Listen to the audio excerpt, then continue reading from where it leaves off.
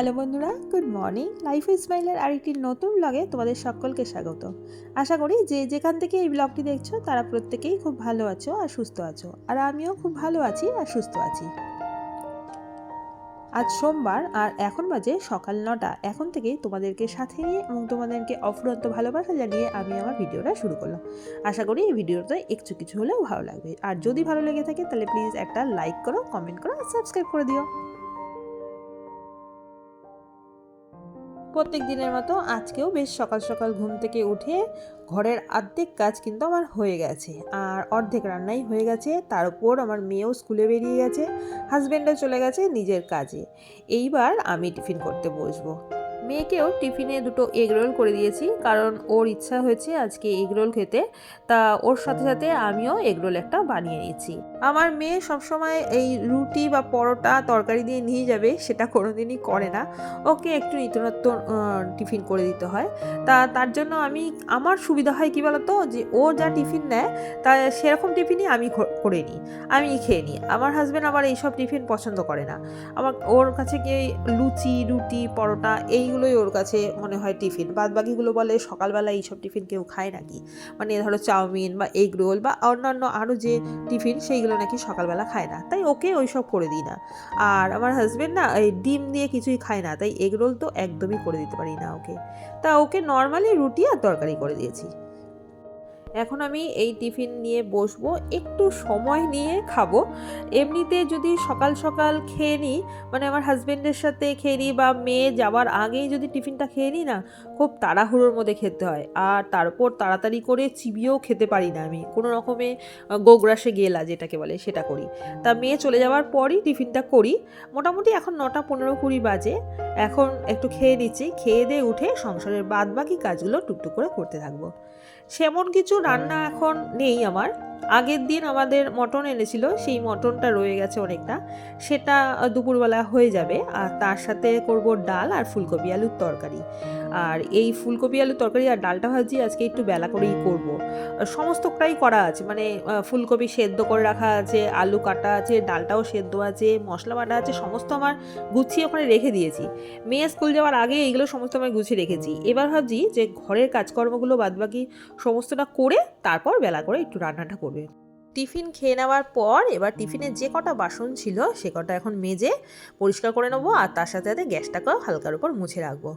আর আমি প্রত্যেকবারই গ্যাসটাকে হালকার উপর মুছে রাখি, মানে স্কচ ব্রাইট দিয়ে পরিষ্কার করে একেবারে রান্নার শেষে শুধু ভেজা কাপড়ের টুকরো দিয়ে একটু পরিষ্কার করে রাখি। তাহলে ফলে কী হয় কি বলতো, সবসময় নোংরা তো পড়ে, কারণ রুটি করেছি তার একটা নোংরা পড়ে, সেটা পরিষ্কার থাকে। আর রান্নাঘরটাও কিন্তু বেশ ভালো লাগে, চকচকে থাকলে সবসময় বেশ ভালোই লাগে, তাই না? আর এরপরে আমি চলে যাব ঘরের বাদবাকি কাজকর্ম করতে। আজকে আমাদের ঘরে একটা কাজ হবে, মানে মিস্ত্রি দিয়েই কাজটা হবে। তা সেটা আমি ভিডিও শেষে তোমাদের দেখাবো যে কি কাজটা করানো হয়েছে।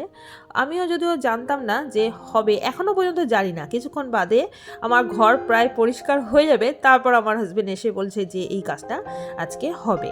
তা ওদিকে দেখলে যে আমি গরম জল বসালাম। অ্যাকচুয়ালি এখানে কতগুলো সোয়েটার আমি ধোবো, তার জন্য একটু গরম জল বসিয়েছি।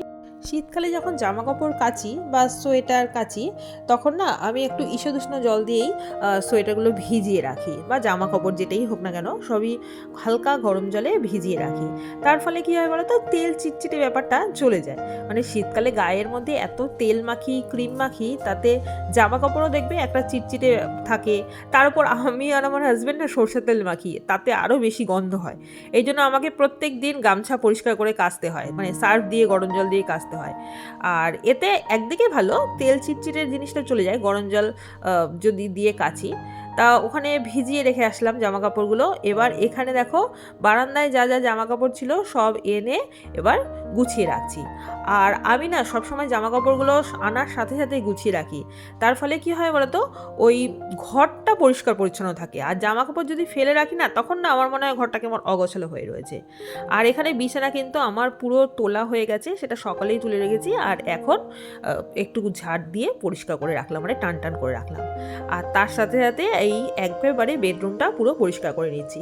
বেডরুমের বেড আর যে কটা ফার্নিচার থাকে সেগুলো যদি একটু পরিষ্কার থাকে আর জায়গায় থাকে, তাহলে দেখবে ঘরটা অন্য রকম দেখতে লাগে। আর সবাই বলে বেডরুমের মধ্যে গাছ লাগায়, কিন্তু আমার কোনোদিনই গাছ লাগানো সম্ভব হবে না, কারণ ঘরটা এতটাই স্যাঁতস্যাঁতে, কোনো রোদ ঢোকে না বলে আমি গাছ লাগাতে পারি না। খুব মানে শখ আমার যে গাছ একটা রাখবো, কিন্তু কিছুতেই হয় না। আমার হাজব্যান্ড বলে যে গাছে রাখবে, রোদটা পাবে কোথা থেকে, আর রোদ পেতে গেলে পুরো ছাদে গিয়ে দিয়ে আসতে হবে টবটাকে। কিন্তু আমি তোমাদের বারবারই বলি যে ছাদে আমার দ্বারা সম্ভব হয় না বারবার যাওয়া, এমনিতেই জামা কাপড় দিতে বারবার আমাকে যেতে হয়, তার উপর টব নিয়ে যেতে গেলে আমার অবস্থা খুব খারাপ হয়ে যাবে। ওদিকে বেডরুম গোছানো হয়ে গেছে, আর এবার চলে এসেছি ড্রয়িং রুমে। দেখো ড্রয়িং রুমেও কতগুলো জামার কাপড় ছড়ানো ছিটানো রয়েছে। এইগুলো পুরোটাই আমি বলি আমার হাজব্যান্ডের, যদিও ওর ওপর দোষ দিয়েও লাভ নেই, কারণ আমরাও এখানে ছড়িয়ে ছিটিয়েই রেখে দিই। কারণ এই ঘরটা কী বলতো, আমরা শুই না আর সেরকমভাবে লোকজন আসেও না, তাই কী করি এখানেই সব জামা কাপড় এসে রেখে দিই। আর এই দিনের মধ্যে একবার না বারবার করে আমার এই ঘর ওই ঘর জামা কাপড় ভর্তি থাকে বলে একদম গুছিয়ে রাখতে হয়, কারণ লোকজন কখন চলে আসবে সেটাও বলা যায় না। প্রত্যেক দিনের কাজ যদি আমরা প্রত্যেক দিন করে নিই না, তাহলে দেখবে সময়টা অনেকটা বাঁচে। মানে আমি বলতে চাইছি, সকালবেলা আমরা ঘুম থেকে উঠে যদি ঠিকঠাক সময়ে আমাদের কাজগুলো গুছিয়ে করে নিই, তাহলে আমরা নিজেরা কিন্তু অনেকটা সময় নিজেদের জন্য রাখতে পারি। যেমন আমি সকালবেলা ঘুম থেকে উঠেই আগেই কি করি, আমার রান্নাঘরের কাজ করে নিই, তো ওদিকে চিন্তাটা আমার চলে যায় ধরতে গেলে। তারপরে আমি ঘরের কাজগুলো আস্তে আস্তে করতে থাকি, আর এই করে স্নান করে পুজো দিয়ে কিন্তু আমি অনেকটা সময় নিজের জন্য রাখতে পারি। ওদিকে মোটামুটি আমার ঘরের প্রত্যেক কটা ফার্নিচার ডাস্টিং হয়ে গেছে। আজকে সেই রকমভাবে তোমাদের দেখালাম না, তার কারণ আমাদের ঘরে যে কাজটা শুরু হওয়ার কথা সেটা হচ্ছে, তার জন্য আমি আর ওদিকটায় গেলাম না, এদিকে আমি রান্নার দিকে চলে আসলাম। আর রান্না করেই আমি একেবারে ঘর মুছে স্নান করে আসবো, কারণ ওই কাজটা করতে গিয়ে অনেকটা সময় চলে গেছে, তারপর আবারও আমাকে ঘরটা পরিষ্কার করতে হয়েছে, তার জন্য আর ভিডিওটা আমি দেখাতে পারিনি। এরপরে আমি ভিডিও একবারে স্নান করেই দেখাবো। এখানে দেখো ফুলকপি আলুর তরকারি করে নিচ্ছি, আর ওদিকে ডালটা করছি।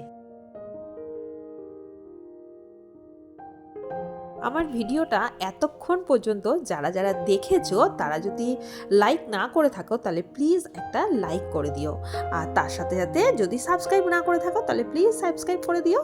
আর এখানে তোমাদের বলছিলাম যে কি কাজ হবে, এই যে এই দেওয়ালটা দেখতে পাচ্ছ, সেই দেওয়ালে আমাদের টিভি থাকতো, সেটা তোমরা আগে অনেকবার দেখেছো। তা সেই টিভিটা না অনেক দিন আগেই খারাপ হয়ে গেছে, মানে পিকচার টিউবটা খারাপ হয়ে গেছে। তা আমরা ভেবেছি একটা নতুন টিভি কিনবো, তার আগে আমরা একটা টিভি ক্যাবিনেট বানিয়ে নিই। তা দেখলে যে মিস্ত্রি দাদারা বসে ক্যাবিনেটটা তৈরি করছে। তারপরে আমি আর দেখাইনি, একেবারে ঘর ঠর মুছে পরিষ্কার করে স্নান করে এসে এবারে দেখাবো টিভি ক্যাবিনেটটা কেমন তৈরি হয়েছে। যদিও পুরো ক্যাবিনেটটা তৈরি হয়নি, মানে প্লাইটা শুধু বসেছে, আর সানমাইকার এখনও বসানো হয়নি। সানমাইকার যখন বসানো হবে তখন তো অবশ্যই তোমাদেরকে দেখাবো। আর টিভি তো কেনা হয়নি, আগে এইগুলো হয়ে যাক তারপর টিভিটা ভেবেছি কিনবো। আর এখানে আমার স্নান হয়ে গেছে, পুজো কমপ্লিট হয়ে গেছে। আর তার সাথে বলি যে আজকে আমি একটা রেসিপি শেয়ার করব, সেটা একদম ভিডিও শেষে। এ দেখো ক্যাবিনেটটা একদম তৈরি হয়ে গেছে, একদম কেমন লাগছে বলো, যদিও এখনও তৈরি হয়নি পুরোটা। আর টিভিটা যবে কিনে বসাবো তবে দেখাবো। আর আমি বিকেলে একেবারে চলে যাব, খাওয়া দাওয়া হয়ে গেছে, দুপুরে একটু রেস্ট নিয়েছি, আর বিকেলে এবার আমার মেয়ের জন্য একটা রান্না করছি, টিফিন আর কি। সেটা হলো ঝাল সুজি। মানে এটা অনেক দিন আগে আমি করতাম, আমার হাজব্যান্ড সুজি ভালোবাসে না, আমার মেয়েও সুজি ভালোবাসে না, তাই এটা আর করা হয় না। তা এটা অনেক দিন বাদে করছি, মেয়েই খেতে চেয়েছে যে মা করো ঝাল সুজি। তা করছি যখন তোমাদের সাথে একটু রেসিপিটাও শেয়ার করছি। একটু বাদেই মেয়ে চলে আসবে, ও খাবে। তা এখন দুপুর মোটামুটি বিকেল মোটামুটি 4টে সাড়ে 4টে বাজে। দেখলে যে সুজিটা একটু ভেজে নিলাম এমনি শুকনো খোলাতে, আর তার মধ্যে একটু তেল দিলাম, তেলের মধ্যে একটু সর্ষে ফোড়ন দিয়েছি। কারি পাতা ছিল, কারি পাতা ফোড়ন দেওয়া হয়নি কারণ সেটা ছাদ থেকে আনতে হবে। আর তারপরে পেঁয়াজ দিয়ে দিয়েছি, আদা কুচিয়ে দিয়েছি, আর লঙ্কা কুচিয়ে দিলাম। তারপরে জল দিয়ে দিলাম, জল দিয়ে একটু নুন একটু মিষ্টি দিয়ে ভালো করে ফুটতে দিলাম। তারপরে ওই যে ভেজে রাখা সুজিটা সেটা দিয়ে দিলাম, ভালো করে নেড়ে চেড়ে নিতে হবে। আর এর মধ্যে একটু বাদামও দিয়েছি, আর এটা বেশ ভালোই লাগে খেতে। আর একটু এটা মিষ্টি মিষ্টি ঝাল ঝাল হবে, আমার খুব ভালো লাগে, আমি আগে খুব করে খেতাম। আর এটা কিন্তু উপকার, সবাই বলে এটা খুব উপকারী। দেখো একদম শুকনো শুকনো হয়ে গেছে। এবার ভিডিওটা বন্ধুরা এখানেই শেষ করছি, টাটা বাই।